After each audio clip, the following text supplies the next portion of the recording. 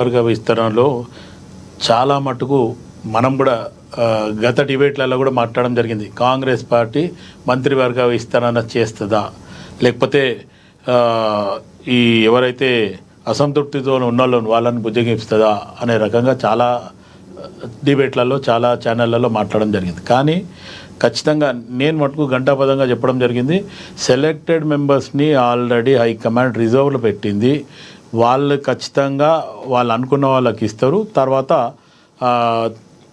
ఎవరైతే అసంతృప్తితో ఉన్నారో మాకు పదవులు రాలేదు, మంత్రి పదవులు రాలేదని వాళ్ళని మటుకు బుజ్జగింపుస్తారు. అది రెండవది, వాళ్ళు ఆశించి భంగపడ్డారు కాబట్టి కొంచెం వాళ్ళకి బాధ ఉంటుంది వేరే రకంగా. ఇప్పుడు ఇంకొకటి ఏమంటే మనం అనుకున్న దాంట్లో ఒక్క ఎమ్మెల్సీకి అని ఇప్పుడు తీసుకోలేదని చెప్పి మన బండారు రామ్మోహన్ గారు అన్నారు. సో ఆ దిశగా కూడా బహుశా నా హిసాబ్లో ఏమంటారు, అది సియాసత్ ఓనర్ ఎవరైతే అమీర్ అలీ ఎమ్మెల్సీ చేసి ఆయనకి ఇస్తామని చెప్పి మరి రిజర్వ్లో పెట్టినరు. ఎందుకు అది ఇంకా ఇవ్వలేదు అనేది ఒకటి. రెండవది, మన రామ్లమ్మ విజయశాంతి గారికి కూడా బీసీ ప్లస్ మహిళ అనే రకంగా కూడా అది చేస్తారనుకున్నారు. అది రిజర్వ్లో పెట్టినారు. మరి హైకమాండ్ నిర్ణయం ఏంటి, లేకపోతే పిసిసి అధ్యక్షుడు ముఖ్యమంత్రి వాళ్ళు మంత్రివర్గంలో ఏదైతే క్యాబినెట్లో ఏం నిర్ణయం తీసుకున్నారు, ప్లస్ హైకమాండ్ ఏం డిసిషన్ తీసుకుంది, మొత్తానికి ఆ రూట్లో 4 ఇస్తారు అనుకున్నాం, 3 అయితే ఇచ్చారు. ఇక్కడ కాంగ్రెస్ పార్టీ వ్యూహాన్ని ప్రయోగించింది అనుకోవచ్చు. ఇందాక రామ్మోహన్ రావు గారు చెప్తూ కూడా రెడ్లకే ఇస్తారేమో, లేకపోతే వేరే పేర్లు వినిపించిన పేర్లు కొన్ని ఇందులో కనిపించాయి ఒక రకంగా చెప్పాలంటే. సో అంటే వ్యూహాత్మకంగా వెళ్ళింది అనుకోవచ్చు.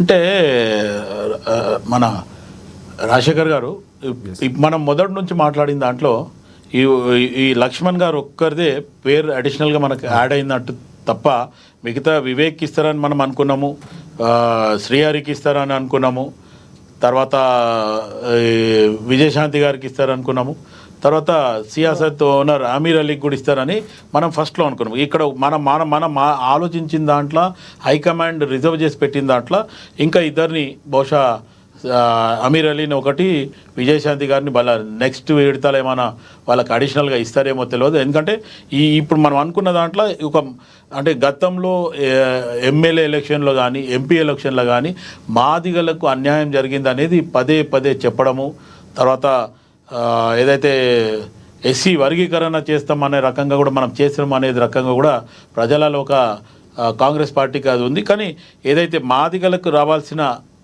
సమన్యాయం జరగలేదు అనేది ఖచ్చితంగా మాట్లాడినారు. కాబట్టి ఈసారి మాదిగలకు ఈ సీటు ఖచ్చితంగా కేటాయించాలి, కేటాయించకపోతే ఇబ్బందులు జరుగుతాయనే రకంగా కూడా ఆలోచించి, మరి ఇంకొకటి ఏంటంటే రాజశేఖర్ గారు మాట్లాడినట్టు, లేదంటే బండారి రామ్మోహన్ రావు గారు మాట్లాడినట్టు ఇది ముఖ్యమంత్రి మార్క్ అని కూడా అనుకోవచ్చు. ఎందుకు అనుకోవచ్చు అంటే ఆల్రెడీ ఆయన మాదిగ సామాజిక వర్గంలో ఉన్న ఎమ్మెల్యేలకు అందరికీ పిలిచి చెప్పిండు, మీరు రెడీ ఉండండి, ఏకతాటిపడిన ఉండండి అనేది కూడా చెప్పిండు అనేది మనం వార్తలలో చూడడం జరిగింది.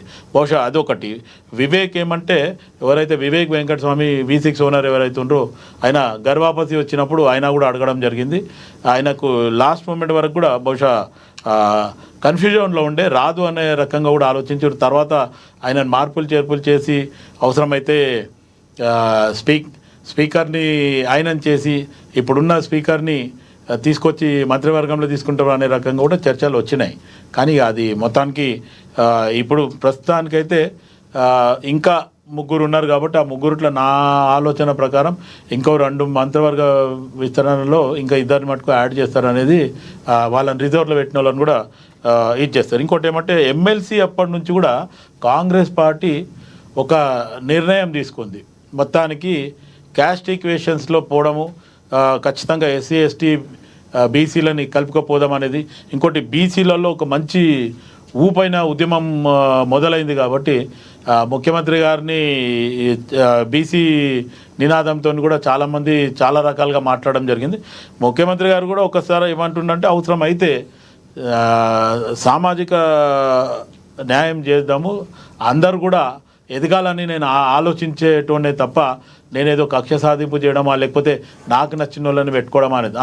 ఇంకోటి ఏమంటే రామ్మోహన్ రావు గారు అన్నట్టు ఈ గతంలో ఎలక్షన్స్కి ముందు ఏదైతే రెడ్డి కులస్తులు పెట్టిన మీటింగ్లో మటుకు రేవంత్ రెడ్డి గారు మాట్లాడిన మాట వాస్తవం.